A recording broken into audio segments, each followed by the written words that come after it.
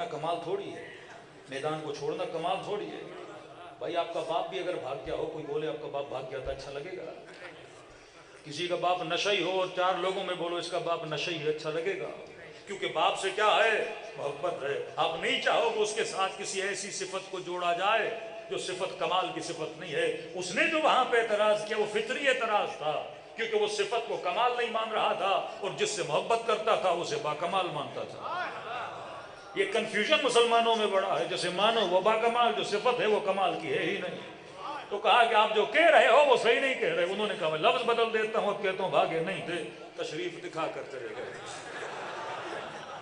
تو کہا کہ ہاں یہ جملہ صحیح ہے، کیونکہ یہ لفظ ادبی اعتبار سے تھوڑا باکمال لفظ ہے کہ فلاں تشریف لے کر آیا، فلاں تشریف لے کر چلا گیا۔ تو فطرت میں اللہ نے ایک چیز رکھی ہے، فطرت عاشق کمال ہے، سخاوت کمال کو بولتے ہیں، شجاعت کمال کو بولتے ہیں، بہادری کمال کو بولتے ہیں، اچھے حسب و نسب کا ہونا کمال کو بولتے ہیں۔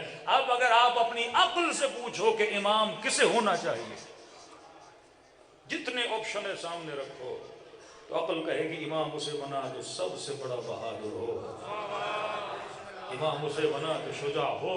ٹی وی پر مناظرہ موجود ہے، گفتگو موجود ہے، قاری حنیف قریشی صاحب اینکر نے کہا کہ رمضان کے دن تھے، کہا کہ اصحاب رسول میں سب سے بڑا شجاع کون تھا؟ انہوں نے کہا بلا اختلاف سارے مانتے ہیں سب سے بڑے شجاع کا نام کیا تھا؟ علی ابن ابی طالب۔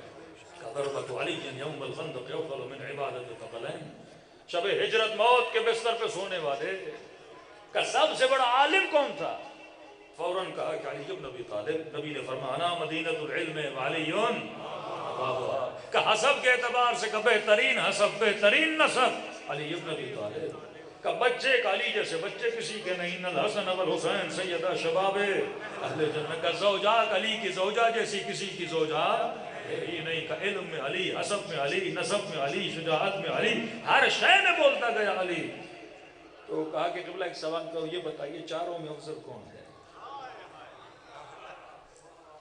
آپ نے علم میں بھی پہلا رکھا، شجاعت میں بھی پہلا رکھا، حسب میں بھی پہلا رکھا، نسب میں بھی پہلا رکھا، کہ 4 اکابر امت ہیں، ان میں سب سے افضل کون ہے؟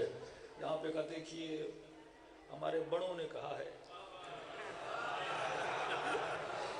بڑوں کی ایک ترتیب ہے کہ علی ابن ابی طالب فضیلت کے اعتبار سے یہاں چوتھے پر ہیں، اور یہ ترتیب ہمارے یہاں بنائی گئی ہے۔ یہاں امیر المومنین فرماتے خدا کا شکر کرو، خدا نے تجھے عقل مند بنایا۔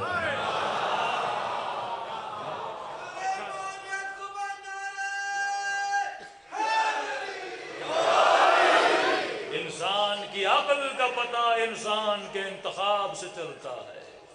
فرمایا جس نے اپنا امام کسے چنا؟ علی کو چنا۔ ایک جملہ کہوں اگر ناراض نہ ہوں، کسی نے کہا مولانا یہ بتائیے پاکستانی قوم عقل مند ہے یا بے وقوف ہے؟ اور مولا کیا فرماتے ہیں؟ عقل مند کا پتہ عقل مند کے چناؤ سے چلتا ہے۔ میں نے کہا الحمدللہ عقل مند ہے جن کا وزیر اعظم شہباز شریف ہو،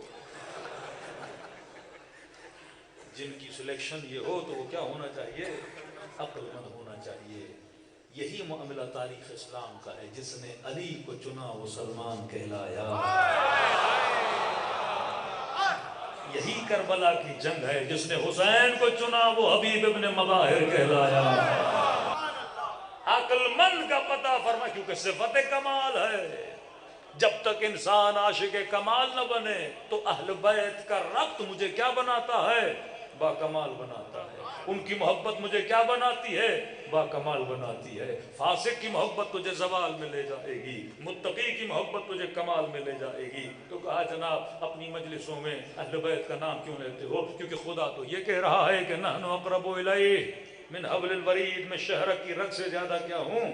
قریب۔ مسلمان ابھی تک لفظوں میں اٹکا ہوا ہے۔ جناب اللہ نے تو کہا کہ میں شہرک کی رگ سے زیادہ قریب ہوں۔ میں نے کہا قریب ہے نا کہاں؟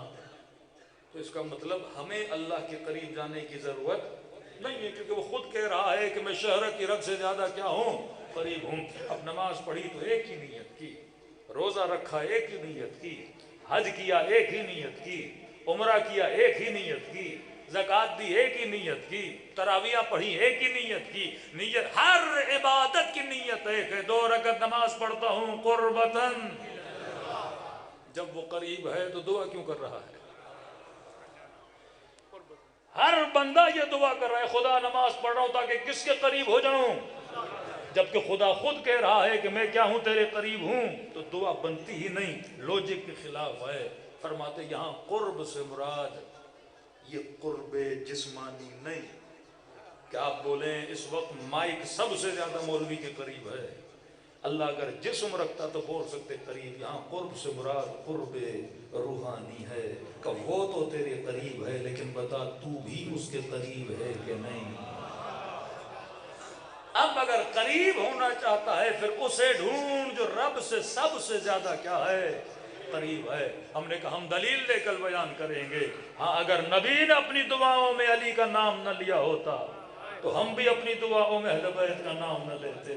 اگر اللہ نے نہ کہا ہوتا مجھے محمد کا واسطہ دو، ہم کبھی رسول کا واسطہ نہ دیتے۔ اہل سنت کی کتاب ہے، نام ہے مروج و ذہب، ملتا رسول خدا بیٹھے تھے۔ جس طرح آج سے لوگ آتے ہیں دعا مانگنے کے لیے، نبی کی قبر پہ جاتے ہیں، کربلا جاتے ہیں، اولیاء اللہ کا واسطہ دیتے ہیں۔ جب نبی خود تھے اس وقت امت آتی تھی، کہتے بیمار آیا، پریشان آیا، بے اولاد آیا، قرض دار آیا، یا رسول اللہ آج میرے حق میں دعا کیجئے۔ کہتے نبی جب بھی دعا کرتے تھے، نبی کے دعا کرنے کا انداز ایک تھا، کس انداز میں دعا کرتے تھے؟ اہل سنت کی کتاب ہے، فرمایا نبی جب ہاتھوں کو بلند کرتے تھے، بیمار کے لیے، پریشان کے لیے، قیدی کے لیے، اسیر کے لیے، جب بھی دعا کی اس طرح سے دعا کی، اللہم ارحم علی فلان بحق علی، اے خدا فلاں پر رحم کر، کس کے صدقے میں؟ علی کے صدقے میں۔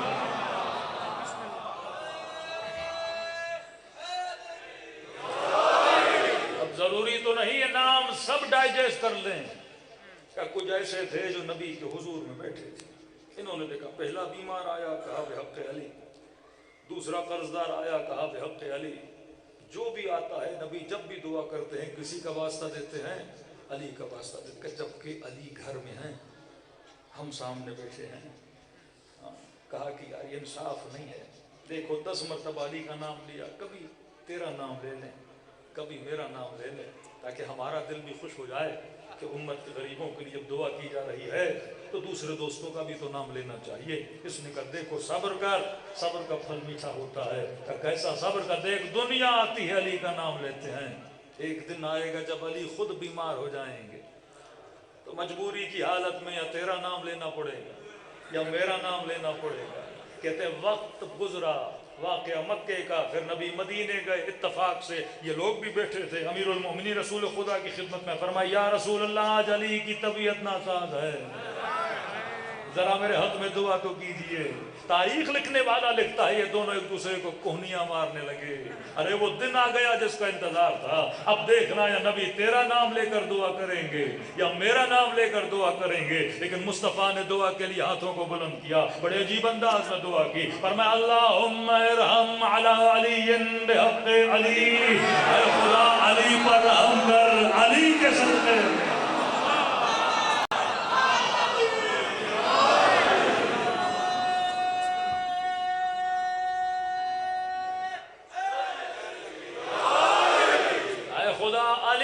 رحم فرما، کس کے صدقے میں؟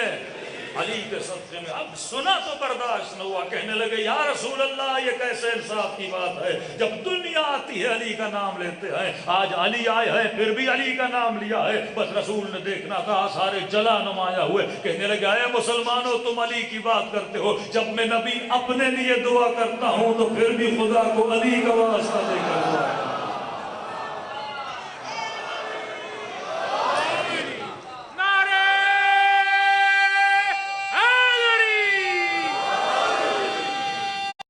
حاجت سے پوچھ لے کبھی حاجت روا کا نام، اگر تجھ کو یقین نہیں تو آزما کے دیکھ، مشکل کی موت ہے میرے مشکل کشا۔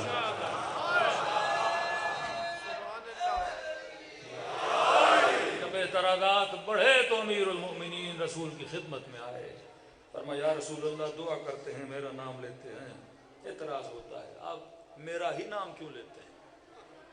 فرمایا علی جب دعا کے لیے ہاتھوں کو بلند کرتا ہوں پوری کائنات کو دیکھتا ہوں، میرے بعد رب کی دربار میں سب سے زیادہ محبوب بندہ کون ہے؟ مجھے تیرے علاوہ کوئی اور ملتا ہی نہیں ہے۔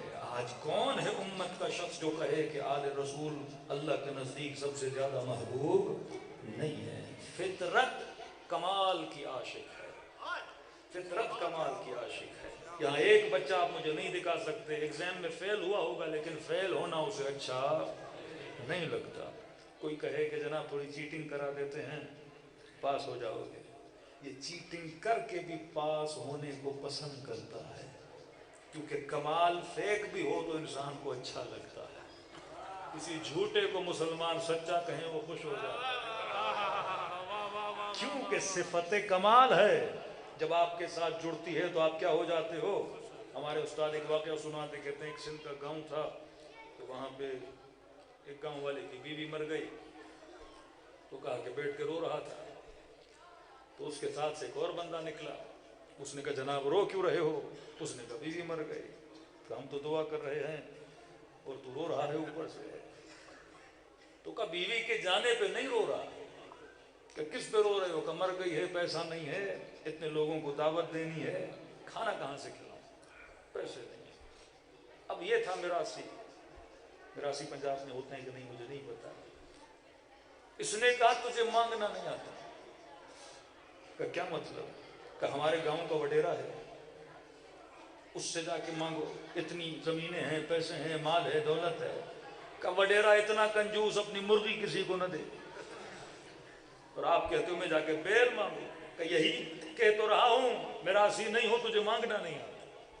دیکھو مانگنے کا بھی طریقہ ہوتا ہے، کئی لوگ کربلا جاتے ہیں ہر کسی کو نہیں ملتا، کئی لوگ رب کے دربار میں بیٹھتے ہیں ہر کسی کو عطا نہیں ہوتا۔ یہ تو ہنر ہے، مانگنے کا ہنر۔ کہ کیا مطلب؟ کہ میرے ساتھ آؤ میں تجھے بیل دلاتا ہوں۔ اس نے کہا ہو ہی نہیں سکتا۔ کہا آؤ تو صحیح۔ پوچھتے پوچھتے وڈیرے صاحب کہاں ہیں پتہ چلا اپنی زمینوں پہ کھڑے ہیں، تقریباً کوئی فاصلہ تھا لیکن اتنا فاصلہ کہ وڈیرا اس کی آواز کو سن سکے۔ اس نے کہا چپ کر کے خاموش رہو، اگر بیل چاہیے؟ کہا جی۔ اس نے دور سے کہا تجھے نہیں پتا اس وڈیرے کا دادا کتنا سخی تھا؟ گاؤں کے بندے نے کہا بندے خدا پورا گاؤں جانتا ہے ایک نمبر کا کنجوس ہے۔ مولا علی فرماتے کنجوس نہ علی کو اچھا لگتا ہے نہ بیوی کو اچھا لگتا ہے۔ کہ کیسی تعریفیں؟ کا بیل چاہیے کہ نہیں چاہیے؟ کہا وہ تو چاہیے۔ کہ پھر چپ کر کے سنو، کہ اس کا دادا اتنا سخی تھا، گاؤں میں جس کو جو مسئلہ ہو اس وڈیرے کا دادا دیتا تھا۔ کہ پھر چند قدم اور آگے بڑھا، پھر کہا کہ دادا تو دادا، اس وڈیرے کا بابا بڑا سخی تھا، کسی کی زمین کا مسئلہ وہ اس نے دے دیا، کسی کے بیل مر گیا اس کی جگہ پہ دے دیا، کسی کو پیسوں کا مسئلہ تھا دے دیا۔ کہ بہت تعریفیں ہو گئی، اب جا کے بیل مانگے؟ کہا ابھی بھی نہیں۔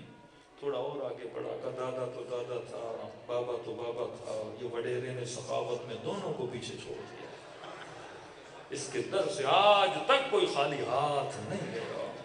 اس نے کہا اتنی تعریفیں کر دی، اب تو بس کرتے کہ تھوڑی دیر ٹھہر، 4-5 جملے اور بولے تو وڈیرے نے اپنی مونچھوں کو اکتاؤ دیا۔ اس نے کہا تیرا کام ہو گیا۔ آگے بڑے، سلام دعا ہوئی۔ کیا ہوا؟ کہ وڈیرے صاحب پریشان ہے، بیوی مر گئی، کھانا کرنا ہے، ایک بیل کے لیے پریشان۔ میں نے کہا ایسے وڈیرے کے ہوتے ہوئے کسی کو پریشان ہونے کی ضرورت کیا ہے؟ اس نے کہا ایک بیل میرے ہوتے ہوئے کہاں، آپ کے ہوتے ہوئے ایک بیل کی وجہ سے پریشان ہے۔ اس نے اپنے نوکر کو کہا اس کو ایک بیل نکال کے دے دو۔ میرے استاد کہتے تھے اگر کنجوس کی بھی جھوٹی تعریف کرو وہ سخی بن جاتا ہے، اور بندہ خدا تو ہے ہی سخی، تو اس کی تعریفیں کیوں نہیں کرتا؟ اہل بیت تو ہے ہی سخی، اگر ہم اس میں بھی کنجوسی کریں، رب کی حمد و ثنا میں بھی کنجوسی کریں، تو فطرت بشر میں خدا نے ایک چیز رکھی ہے۔ فطرت بشر کس چیز کی عاشق ہے؟ بہادر کی عاشق ہے۔ فطرت بشر کس چیز کی عاشق ہے؟ کمال کی عاشق ہے۔ خدا نے آپ کے اندر رکھا عاشق کمال بنو۔ آج نسلیں اگر ایک چیز کو سمجھ جائیں تو ان کی دنیا بھی آباد ہو جائے، ان کی آخرت بھی آباد ہو جائے۔ اب آپ کہیں گے اگر فطرت عاشق کمال ہے تو پھر ان انسانوں میں کوئی شمر کیوں بنتا ہے؟ پھر کوئی یزید کیوں بنتا ہے؟ پھر کوئی دشمن محمد اور آل محمد کیوں بنتا ہے؟ کیونکہ یہ کمال کو پہچاننے میں کیا کر دیتا ہے؟ غلطی کر دیتا ہے۔ اب معصوم سے پوچھا مولا ہم کمال کو پہچانے کیسے کہ کمال کیا ہے؟ کوئی بندہ حسن کو دیکھ کے عاشق ہو گیا، کوئی بندہ طاقت کو دیکھ کے عاشق ہو گیا، کوئی بندہ مال کو دیکھ کے عاشق ہو گیا، کہ مولا بچیں تو بچیں کیسے؟ آج کوئی مال کے پیچھے، کوئی تخت کے پیچھے، کوئی حکومت کے پیچھے. اب یہ جو تخت کے پیچھے ہے یہ کیا سمجھ رہا ہے اگر تخت مل گیا تو میں کیا بن جاؤں گا؟ با کمال بن جاؤں گا. یزید سمجھ رہا ہے اگر مجھے تخت مل گیا میں کیا بن جاؤں گا؟ با کمال بن جاؤں گا. امام حسین یہ کہہ رہے ہیں اگر میں راہ خدا میں شہید ہو گیا تو کیا بن جاؤں گا؟ با کمال سمجھ جاؤں گا. یزید تخت کو کمال سمجھ رہا ہے، حسین شہادت کو کمال سمجھ رہے ہیں. کوئی اطاعت خدا کو کمال سمجھے، کوئی مخالفت خدا کو کمال سمجھے. کہ مولا بتائیے تو صحیح کہ کمال کیا ہے؟ جملہ سمجھے معصوم کا. معصوم فرماتے کمال وہ ہے جسے کبھی زوال نہ ہو.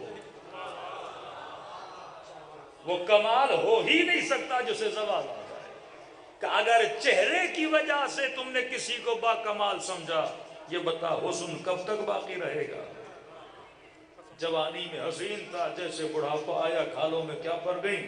جھریاں پڑ گئیں. کہ آج دنیا کا ایک طاقتور دکھا جو ہمیشہ طاقتور رہا ہو، دنیا کا ایک حسین دکھا جو ہمیشہ حسین رہا ہو. امام حسین سے کسی نے پوچھا مولا کمال دنیا اور کمال آخرت کا فرق بتائیے. امام فرماتے کمال دنیا محدود ہے، کمال آخرت لا محدود ہے. لذت دنیا محدود ہے، لذت آخرت لا محدود ہے. تبھی آغا نراقی کا جملہ فرماتے دنیا کی ہر لذت کی انتہا نجاست ہے. پانی پیو انتہا نجاست ہے، کھانا کھاؤ انتہا نجاست ہے، لذت نکاح لوگے انتہا نجاست ہے. اور میں آپ سے پوچھ اب کس لذت کے عاشق بننا چاہتے ہو جس کی انتہا نجاست ہے، یا ایسی لذت کے عاشق بنو جس کی ابتدا بھی نور ہے اور انتہا بھی نور ہے؟ کہ مولا حسین یہ بتائیے کہ کمال، امام حسین فرماتے کمال وہ ہے جسے کبھی زوال نہ ہو. اب مولا دو مثالیں دیتے ہیں. کہ مولا لذت دنیا، کیونکہ لذت مل رہی ہے تو آپ کیا سمجھتے ہو؟ کمال ہے. کھانا کھایا لذت ملی، گھومنے گئے لذت ملی، شہوت پائی لذت ملی، تو انسان کہتا ہے یہ کیا ہے؟ کمال ہے. مولا فرماتے ہیں یہ کمال نہیں، کیونکہ اسے کیا ہے؟ زوال ہے. مثال بڑی پیاری تھی. معصوم فرماتے اگر فرق جاننا چاہتے ہو کہ لذت روح کیا ہے، لذت جسم کیا ہے، تو ان دو چیزوں کو دیکھ لو. بولا کون سی چیزیں؟ فرمایا جسے کھانا کھا کر مزہ آئے، یہ لذت جسم ہے. جسے کھانا کھا کر مزہ آئے یہ لذت جسم ہے. اور فرمایا جسے کھانا کھلا کر مزہ آئے یہ لذت روح ہے. بڑا باریک فرق ہے. کھانا میں کھاؤں مجھے مزہ آئے تو بات سمجھ آتی ہے، لیکن اگر کوئی مومن غریب ہو، کوئی مسکین ہو، کوئی یتیم ہو، اگر میں اسے کھانا کھلاؤں مجھے کیوں مزہ مل رہا ہے؟ میرے پیٹ میں جائے تو مجھے مزہ آئے نا، لیکن کسی غریب کو کھلاؤں تو مجھے مزہ کیوں آتا ہے؟ امام فرماتے ہیں کیونکہ جب تو کھاتا ہے یہ لذت جسم ہے، جب کسی کو کھلاتا ہے یہ لذت روح ہے. اور کہا جو تو نے کھایا 6 دن کے بعد بھی سوچے گا تجھے اس کی لذت یاد نہیں ہوگی، لیکن جسے کھلایا سالوں کے بعد بھی سوچے گا لذت وہی کی وہی باقی ہوگی. تو دنیا سمجھتی تھی کہ اندھیری راتوں میں علی تکلیف اٹھاتے تھے یتیموں کو کھلا کر، لیکن انہیں کیا پتا علی لذت روح لے رہے تھے یتیموں کو کھلا